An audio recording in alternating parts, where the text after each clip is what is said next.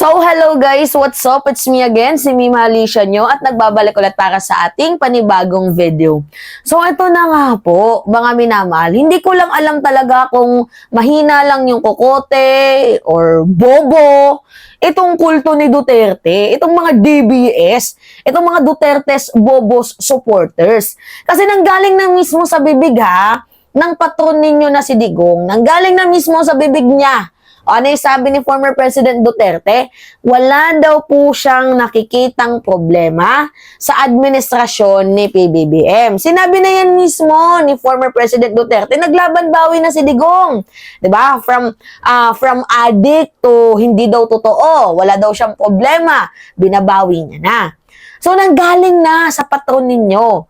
Kung mahal ninyo si former President Duterte, sana nire-respeto nyo ang kanyang mga sinasabi, ang kanyang mga desisyon.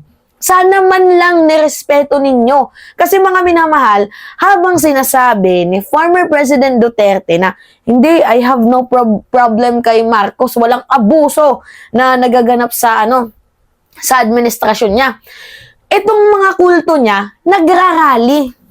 Tapos sinisigaw, Marcos bangag. At sinisigaw na magpa-drug test. Abay, Diyos ko naman, Santa Bar. Tapos ang nanguna pa dito si Vic Rodriguez, talaga lang na dating executive secretary, na dating little president. Ikaw pa mismo yung magsasabi niyan, matapos mong pakinabangan si PBBM, matapos kang makinabang sa administrasyong Marcos, babaliktad ka dahil lang sumama yung loob mo, kasalanan mo din naman kung bakit ka natanggal bilang ES, di ba? Meron kang issues sa importation ng sugar. Meron ka ding issues sa mga appointment. Humingi ka ng bayad, 200 million, di ba? Para lang, tawag dito, ma-appoint, binibenta mo yung appointment, kaya ka nasita. Dahil mali yung ginawa mo. Hindi tama yun. Tapos ngayon natatanggal ka, galit na galit ka? Hindi ka naman tatanggalin kung wala kang problema eh. Ikaw yung may problema. Kaya ka tinanggal. Tapos ngayon maghimoto ka, Marcos bangag, Marcos addict, Marcos magpa-drug test. My God, Diyos ko naman. So ngayon nga po mga minamahal, ito yung galaw ni Vic Rodriguez. Nagsagawa sila ng rally. Yan o. Inuudyok nila na magbitiw na daw sa pwesto itong si PBBM. Ba't naman magbibitaw si PBBM? Maganda naman yung kanyang pamamahala. Kayo nga mga minamahal, isipin ninyo, napababa yung inflation. Diba? Dumami yung may mga trabaho, tumaas ang employment rate, bumaba ang unemployment rate. Gusto nyo patalsikin yung Pangulo? Maganda yung approach sa West Philippine Sea. Maganda yung approach sa war on drugs dahil hindi tayo puro patayan. Diba? Binubuo yung napakadaming farm-to-road market. Gusto nyo paalisin? Ay, utak nyo may ubo. Utak nyo, nahuhuli na nga yung mga drug lord, yung mga pugante. Iniisa-isa na. Diba? Tapos gusto nyo patalsikin? Bakit si Digong nagawa nyo ba yan? Diba hindi? O, ngayon, continue tayo sa sinabi ni Vic Rodriguez. Muling nanawagan ang grupong maisog kay Pangulong Bongbong Marcos na magbitiw na siya sa pwesto. Kasabay ito ng paggunita sa anibersaryo ng batas militar ng kanyang ama. Nasa frontline ng balitang yan si John Arowa. BBM resign! Ito ang panawagan ng mga taong nakiisa sa maisog rally sa Cebu City kahapon.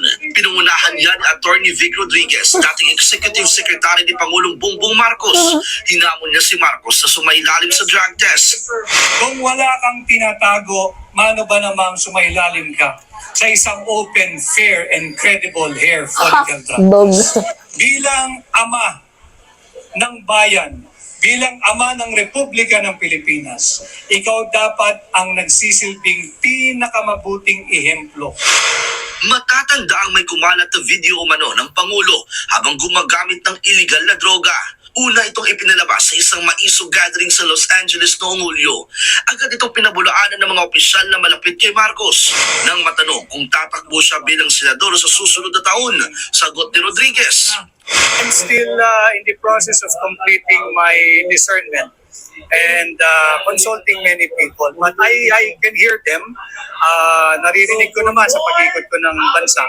Kailangan na pag nagdesisyon tungkol sa bagay na yan, yung 101% sigurado dahil it entails commitment. Ang Maisog Rally ay kasabay ng obserbasyon ng ika-52 anibersaryo ng martial law. Mahigit 70,000 tao ang nagsabing biktima sila ng human right violations. Hindi raw ito nalalayo sa kasulukuyang panggigipit sa mga mamamayan. We are somehow feeling the effects of the same kind of autocratic ruling, even though there has been no declaration yet of martial law. You need to listen to your people. You need to listen to your bosses. This is us here. Suportado ng grupong Maisog ang mga Duterte. O mismong si dating Pangulong Rodrigo Duterte ang nagsabing wala siyang nakikitang problema sa pamumuno ni Marcos Jr. Nagbabalita mula sa frontline, Yan nga yung problema sa kanilang mga minamahal eh. Akala ko ba mahal ninyo si former President Duterte at suportado ninyo ang pamamahala ni Duterte, ang sinasabi ng patron ninyo? Akala ko ba mahal ninyo si former President Duterte? Ako ay nagtatanong lang kasi kung mahal ninyo at nirerespeto nyo si Digong, sana nirerespeto nyo yung kanyang mga panukala, yung kanyang mga sinasabi, di ba yung kanyang utos, na ano yung sabi niya? Wala naman daw problema sa administrasyon ni Marcos. Wala naman daw pong abuso. Oh, si Digong na mismo yung nagsabi na wala nang abuso tapos sasabihin ng isang babaeng hitad, we can feel it. Even na hindi pa dineclare yung martial law, feeling namin ginigipit kami. Sa anong pamamaraan kayo ginigipit? Ha? Sa anong pamamaraan kayo ginigipit? Hindi nyo naman inelaborate. Yan yung sinasabi ko sa inyo eh. Wala kasi kayong isang salita eh. Ano? Nagkanya-kanya sila. Yan yung sinasabi ko sa inyo mga minamahal. Na itong si Duterte, pinaglalaroan lang sila. Ginagawa lang silang attack dog. Kayo naman, naniwala naman kayo. Eh bakit ganon? Bakit naniniwala tong mga hayop na mga ano na to? Mga taong to. Diba? Ginagawa lang kayong attack dog. Okay lang sa inyo yon. Bark kayo ng bark. 'Di ba? Para kayong yung barking in the wrong tree. Nakakahiya, mga minamahal. General Assembly na mismo sinabi na walang problema kay Marcos. 'Di ba?